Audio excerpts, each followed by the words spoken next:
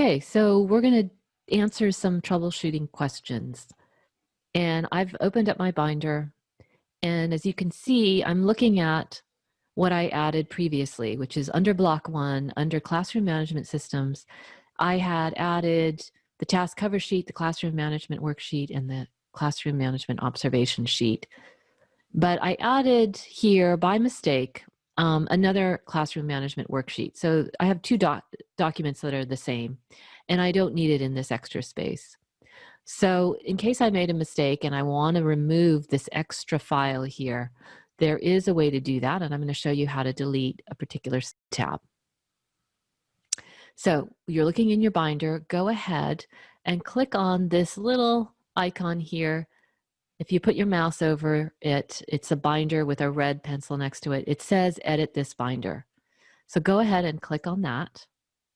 It's right next to your username, welcome username, and it's going to open your binder editor right at the location that you want to edit your binder. So it opened it under Block 1, Classroom Management Systems, and it is on that base tab that I want to remove.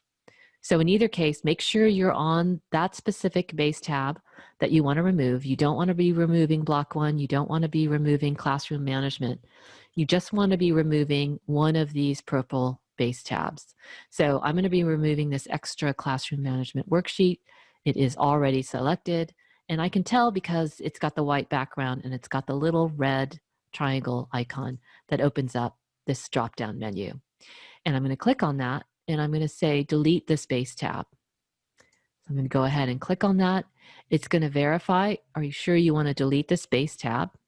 And I'm happy because it is a base tab. It's not including anything else. And I say okay.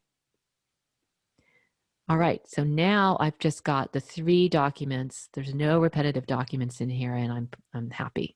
So that is how you delete a base tab when you have an extra file located in a place you didn't want to put it.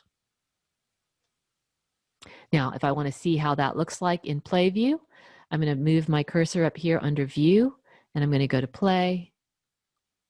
It's going to take me out of the editor, and I'm going to go to Block 1, Classroom Management.